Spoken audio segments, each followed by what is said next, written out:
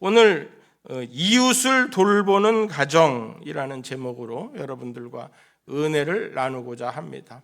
내 가정뿐만이 아니라 이웃을 돌볼 수 있는 가정이 되라라는 그러한 말씀을 전하는 거죠. 이 선한 사마리아인의 비유는 누가복음 10장에 나오는 이 선한 사마리아인의 비유는 예수님의 이웃 사랑하는 그러한 법을, 하나님 사랑, 이웃 사랑하는 그 법을 잘 설명해 내고 있습니다. 서구 사회에서는 이게 오히려 사회 법률이 되기까지도 한 내용인데요. 생면부지, 전혀 모르는 사람을 돕는 법인 거죠. 위급한 사람을, 생명을 살리기 위해서는 그것을 돕는다. 돕다가 무슨 잘못된 사고가 나더라도 이렇게 CPR을 하다가 CPR을 할 때에 그 교육을 받아보면은 갈비뼈가 으스러질 정도로 그렇게 심하게 압박을 가하라고 교육을 받습니다. 정말 그런 경우들도 많이 있고요. 그래서 그런 책임을 피하게 하는 면책법도 이 선한 사마리아 법에 들어가 있습니다. 캐나다라든지 유럽연합, 미국에서는 이미 이러한 내용이 다 입법이 되어져 있고요.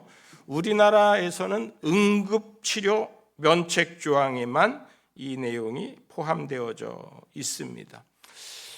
성경에 보면은 다윗이 쫓겨다니는 중에서 이제 선한 사마리아인들과 함께 그 광야를 지켜주는 그러한 내용이 나옵니다. 사무엘상 25장에 보면은 사울에게 쫓겨다니는 중에서도 그 광야에 있는 모든 목축을 하는 사람들을 돌보고 있는 거죠. 그러다가 하루는 나발의 집에 잔치가 있다는 소문을 듣고 거기에서 좀 음식을 얻고자 하는데 나발이 다윗을 모른 채 하는 거예요. 그러니까 다윗이 화가 나서 그 나발의 모든 사업을, 모든 사람들, 잔치하고 있는 것을 다 죽이려고 막 쫓아갑니다. 그런데 이 소식을 전해 들은 아비가일이 그 다윗의 무릎을 꿇죠. 마병 앞에서, 공격하는 자들 앞에서 무릎을 꿇죠. 그래서 그들에게 다윗을 생명싸게 속한 하나님의 생명싸게에 쌓여 있는 그러한 사람이라는 이야기를 합니다. 성경에 단 한 번 나옵니다. 하나님의 생명싸게 속에 쌓여져 있는 사람으로서 하나님의 보호하심을 입은 사람이 이런 작은 일로 후에 웃음거리가 되시려니까 나이까라고서는 이야기를 해요. 저는 참 거기에 큰 은혜를 받았어요. 내가 남을 돕는다라고 일을 하고 있지만 하나님께서 나를 보호하시고 하나님께서 나를 지켜주시거든요. 내가 남을 사랑하는데 어떤 때에는 그 사람이 나에게 잘못한다라고 그러면은 에휴, 내가 안 돕고 말지, 오히려 죽이려고 하는 그러한 마음이 드는데 하나님께서는 다윗의 마음이 어떠하든지 간에 다윗을 생명싸개로 그를 보호하여 주시는, 생명 보자기에 쌓여져 보호하시는, 귀하게 여기시는 그러한 일들로 사랑하신다라는 것을 듣고 하나님이 우리를 사랑하시는구나, 우리 교회를 사랑하시는구나, 우리의 가정을 생명 보자기로 싸서 그렇게 귀하게 여기시는구나 하는 일에 큰 은혜를 받았습니다. 이렇게 광야의 삶을 살면서도 하나님의 말씀을 우리가 귀하게 여겨서 많은 사람의 생명을 구하는 일에 아름답게 쓰임받고 하나님의 자녀로서 보호함을 입는 저와 여러분들이 되기를 바랍니다. 할렐루야. 사실 이 사마리아 사람들은 그 유대의 정통성을 훼손시킨 사람들이에요. 이방인과 같이 결탁하여서 자녀를 낳기도 하고, 또 성전을 남유다가, 예루살렘에 속한 남유다가 경계선이 되어서 다른 나라가 되니까 북이스라엘의 10나라 중에서 거기에다가 사마리아에서 그리심산에서도 제단을 쌓고 거기서 예배를 드려도 된다라는 이야기를 하죠. 그래서 북이스라엘 사람들은 거기에서 예배를 드립니다. 제단을 쌓습니다. 사마리아에 제단을 쌓으면서 그리심산에서 하나님께서 우리의 제사를 받아들인다라는 것을 생각하니까 정통 유대인들이 이 후손, 사마리아인의 후손을, 북이스라엘 사람들의 그 후손을 멸시하고 당신들은 정통법을 지키지 않은 사람들이라라고서는 멸시했던 거죠. 요한복음 4장에도 예수님은 그래서 사마리아 여인에게 물을 달라고 하시면서 그 여인과의 이야기 속에서 그리심산도 아니고 예루살렘도 아닌 장소가 문제가 되지 않고 신령과 진정으로, 지금 우리 개역개정에서는 영과 진리로 하나님 앞에 예배할지니라 라고서는 말씀을 합니다. 그 말씀에 이 사마리아 여인이 은혜를 받고 온 동리에 당신이 선지자심을 그리고 구주되심을 전파하게끔, 그런 내용이 요한복음 4장에 나옵니다. 이처럼 유대인에게는 멸시받는 혼합된 민족, 율법을 오염시킨 민족으로 이스라엘 백성들이 상종을 안 하는 그러한 천히 여기는 시대였어요. 그런데 예수님이 가르치시는 비유는 예루살렘에서 여리고로 가던 사람이 강도를 만나 거의 죽게 되었는데, 아니 죽은 사람처럼 보였을런지도 모르죠. 그곳을 제사장이 그냥 지나쳤습니다. 종교적인 규례를 통하여서 죽은 사람을 만지면 7일 동안 부정하리라, 자기는 안식일 예배를 지켜야 되는데 부정한 자로서 제사를 침례할 수 없다라는 것에 종교적인 규례 때문에 그냥 지나갔을 수도 있어요. 강도를 만났구나, 무서워서 자기의 안전을 위하여서 빨리 도망갔을 수도 있어요. 또 여러 가지 바쁜 일정으로 그 강도 만난 사람을 외면하고 그냥 갔을 수도 있습니다. 그 뒤에 32절에는 또 레위인도 그냥 지나치는 거예요. 하나님의 제사를 담당하는 레위인, 성전의 일을 맡은 레위인, 하나님 앞에 가장 가까이 있는 사람이고 하나님은 사랑이시다라는 것을 누구보다도 잘 알고 있는 레위인도 그 곁을 그냥 지나갑니다. 그런데 이 유대인들에게 멸시받고 있는 사마리아 사람이 짐승에 태워서 주막으로 가서 돌보고 2데나리온을 주면서, 상당히 지금 가치로서는 한 30-40만 원 돈 되지 않을까. 하루 일당, 노동자의 하루 일당이 1데나리온이었으니까 이틀의 일당인 거예요. 비용이 더 들면 더 주겠다, 갚으리라 하고서는 이 사마리아 사람이 그렇게 하고서는 지나갑니다. 그러면서 오늘 내 생각에는 이 세 사람 중에 누가 강도 만난 자의 이웃이 되겠느냐라고서는 예수님이 물어보시는 거죠. 사마리아라는 그러한 단어의 의미에는 구조자라는 뜻이 이미 내포가 되어져 있어요. 그렇게 예수님의 가르침에는 구조할 수 있는 그러한 사람이 되라라고 이 사마리아인을 특징을 딱 잡아서 그렇게 예를 들었을 수도 있습니다. 그렇게 해서 유대인들은 율법이 귀하지만 예수님이 이웃을 돌보라는 그러한 가르침을 듣고서 이 율법학자는 예수님을 시험하려고 했으니까, 자기를 나타내려고 했으니까, 그러니까 그냥 돌아갔더라. 가서 너도 이와 같이 하라 하시니라 이후에 말이 없어요. 어떻게 했다라는 말이 없는 거예요.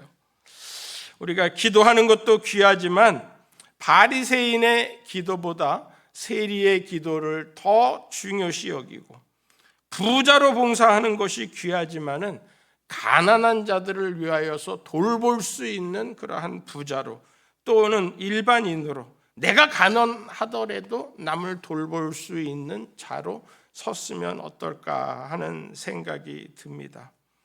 삭개오는 세리장이고 남들한테 손가락질 받는 그러한 사람이었지만 예수님은 찾아가셔서 너도 아브라함의 자손이로다라고서는 말씀을 하지 않습니까? 예수님 당신은 그 십자가를 지시면서까지 진심과 전심으로 하나님을 사랑하는 것을, 그리고 이웃을 사랑하는 것을 잘 표현해내고 있습니다. 오늘 사랑하는 저와 여러분들이 오늘 말씀을 통하여서 예수님의 가르치심, 스승의 주의를 맞이하여서 예수님이 우리에게 하시는 말씀이 무엇일까, 가르치심을 마음판에 잘 새기기를 바랍니다. 할렐루야. 따라해 보겠습니다. 이웃을 돌보는 성도가 되자. 이웃을 돌보는 가정이 되자. 이웃을 돌보는 교회가 되자. 네. 그래서 지금 현재 내게 처한 상황이 어떠하든지, 내가 부자든지 가난한 자든지, 내가 부족한 자든지 넉넉한 자든지 그거랑은 상관이 없다는 거예요. 여기 있는 말씀은 그냥 내가 받는 형편, 그 처지에서 남의 이웃이 되라라는 거죠. 선한 사마리아인이 되라라는 거죠. 33절에 보면은 이 사마리아인은 그 사람을 공감하는 은혜가 있었어요. 보고 불쌍히 여겼다라는 이야기를 하죠. 34절에는 구체적으로, 이 누가는 참 이런 부분이 너무 멋있어요. 구체적으로 서술을 합니다. 사마리아인이 행동으로 그를 옮기죠. 어떤 사마리아 사람은 여행하는 중에 거기 이르러 그를 보고 불쌍히 여겨 가까이 가서 기름과 포도주를 그 상처에 붓고 싸매고 자기 짐승에 태워 주막으로 데리고 가서 돌보아 주니라. 33절, 34절 이 말씀이 우리가 이웃을 대하는 태도가 됐으면 좋겠다. 구체적인 행동으로 옮겨서 희생과 섬김을 실천하는, 시간과 물질을 바치고 안전과 평안함을 제공할 수 있는 그러한 희생을 주는 사람이, 누가 이 사람의 이웃입니까? 이웃이 누구입니까? 하는 그 물음에 대답이 되었을 줄 믿습니다. 저는 이웃이 제 핸드폰에 있는 전화번호가 제게 있는 사람은 다 이웃이라는 생각을 갖기도 했어요. 그러다 보니까 그냥 지인인 거예요. 동기동창, 나랑 같은 환경에 살고 있는 사람, 옆집의 이웃, 그런 사람들이 내 이웃일까요? 그거는 아닌 것 같다라는, 오늘 말씀을 준비하면서 그거는 아닌 것 같다라는, 그래서 주석을 찾아봤어요. 그랬더니 하나님께서 우리에게 이웃이라고 강조하고 싶은 말씀은 나를 기다리는 사람, 나 없이는 안 되는 사람, 내가 건져내야 하는 사람, 나를 원하는 사람, 그리고 정말로 강도 만난 난처한 이웃, 슬픈 이웃, 불행한 이웃, 위로해야 될 이웃, 외로운 이웃, 이런 여러 가지들이 생각나더라고요.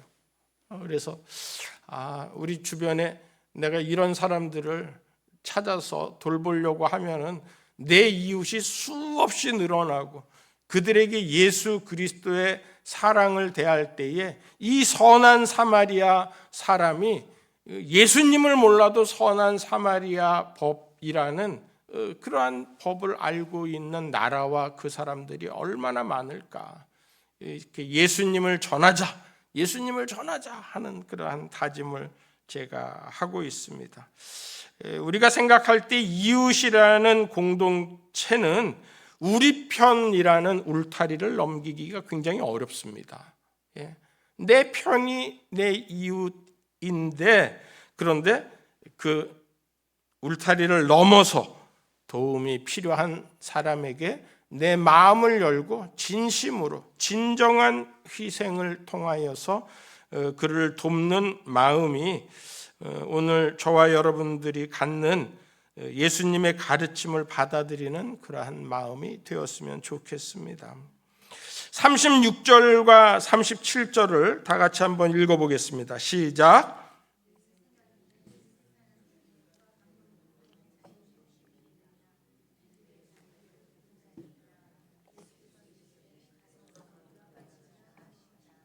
아멘. 네, 25절에는 율법 교사가 예수님을 시험하러 왔어요. 이와 같이 못한 거죠. 2000년이 지난 지금 우리에게는 이 선한 사마리아인은 큰 가르침을 우리에게 주고 있습니다. 가정의 형제를 돌보기도 하고 부모를 섬기는 일에, 자녀를 양육하는 일에 선한 사마리아인처럼 돌보는 거예요. 내 가족도 내 사랑하는 이웃처럼.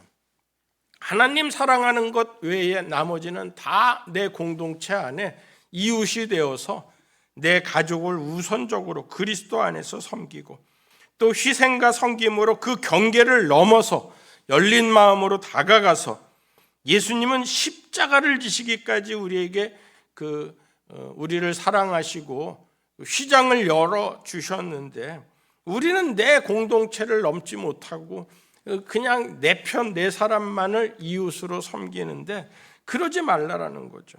예수님은 하늘의 보좌를 버리시고서는 이 땅에 오셔서 죽음까지도, 생명까지도 우리에게 내어주셨는데, 우리가 하나님을 사랑한다라고 하면서도, 하나님의 법을, 율법을 지킨다라고 하면서도 이 이웃을 사랑하지 못하는 우리의 마음을 좀 다시 한번 돌아볼 수 있는 자가 되어서 하나님이 보여주시는 그 천국을 이웃에게 우리도 나아가서, 가서 너도 이와 같이 하라 라는 말씀에 순종해서 나아가 하나님의 말씀에 순종하고, 그리고 찬양했으면 좋겠습니다. 예수님이 계신 곳이 그 어디나 하늘나라이고, 예수님이 계신 곳이 우리가 빈들이나 사막도 하나님의 나라라는 것을 알기를 바랍니다. 찬송가 438장을 우리 다 같이 우리 안에 있는 하나님의 나라를 찬송할 수 있는 저와 여러분 되기를 바랍니다.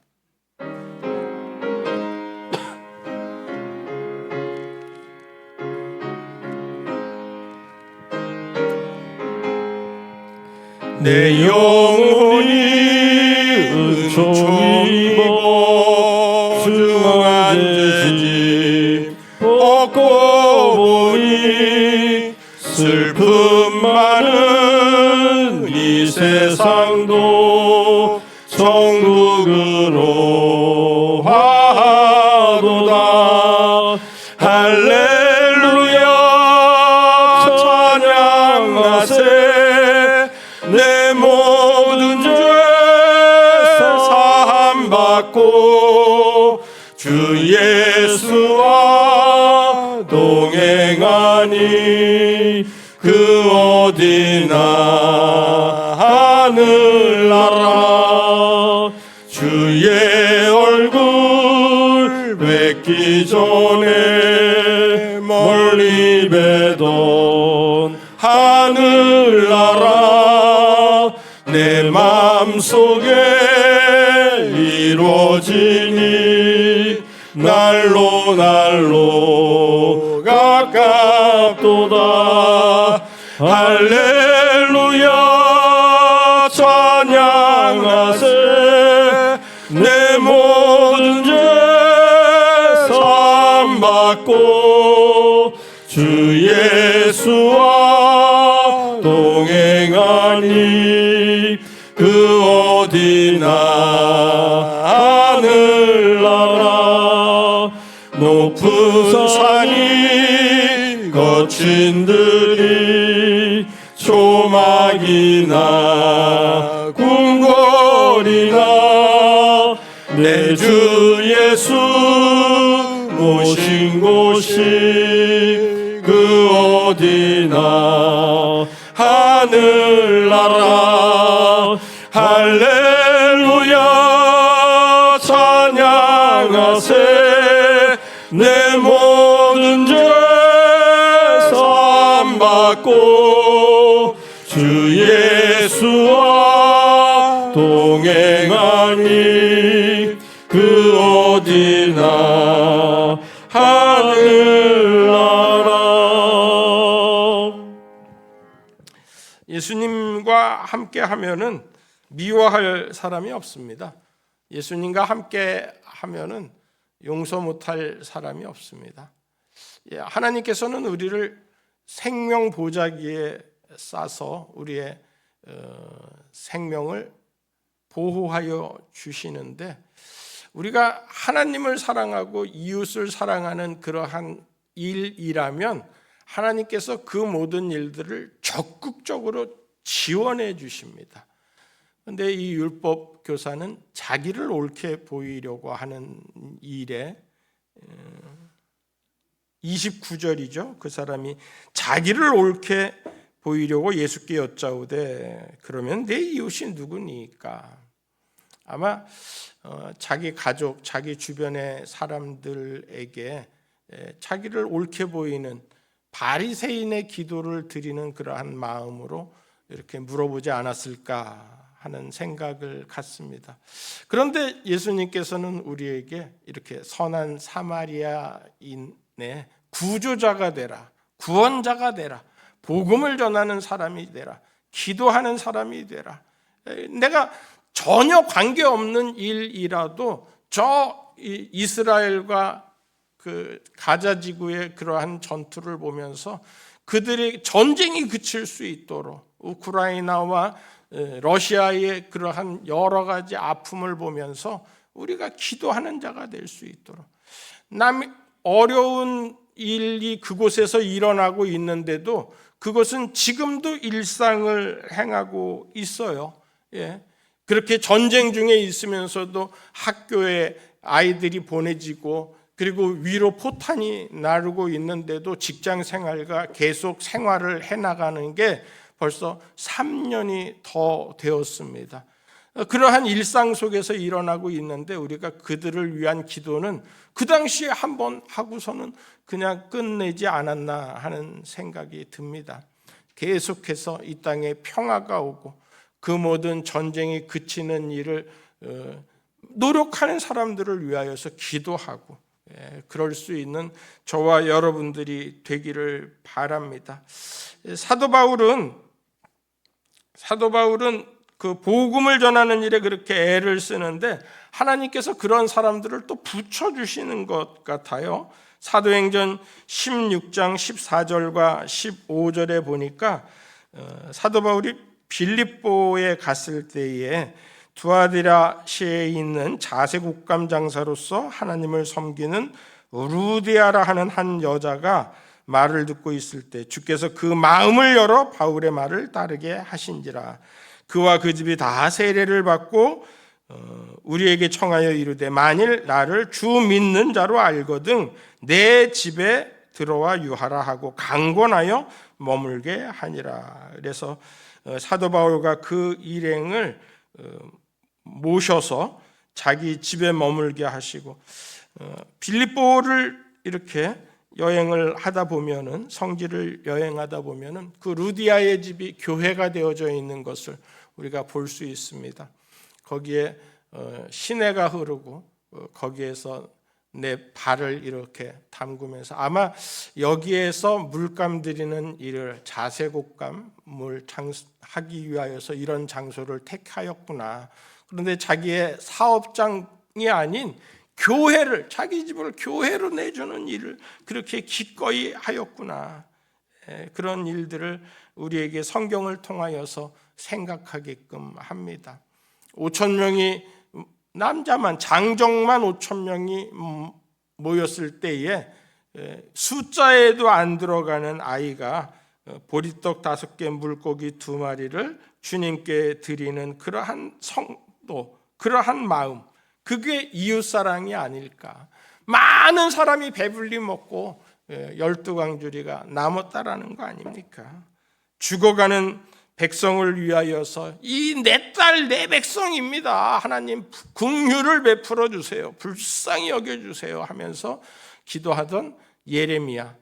그가 참 이웃을 사랑하는 눈물의 기도를, 창자가 끊어질 것 같습니다 하는 기도를 드렸던 예레미야가 진정한 이웃사랑의 본보기가 아닐까 하는, 우리의 힘이, 생명이 예수 그리스도의 구원의 사역에 아름답게 쓰일 수 있는 그러한 기도를 이번 한 주간 드리면서 예수님의 가르치심, 예수님이 우리의 선생님이시고 예수님이 우리의 교사시고 교수님이시고 우리의 인도자시라는 것을 다시 한번 여러분들이 다짐해 보는 그러한 저와 여러분들이 되기를 바랍니다.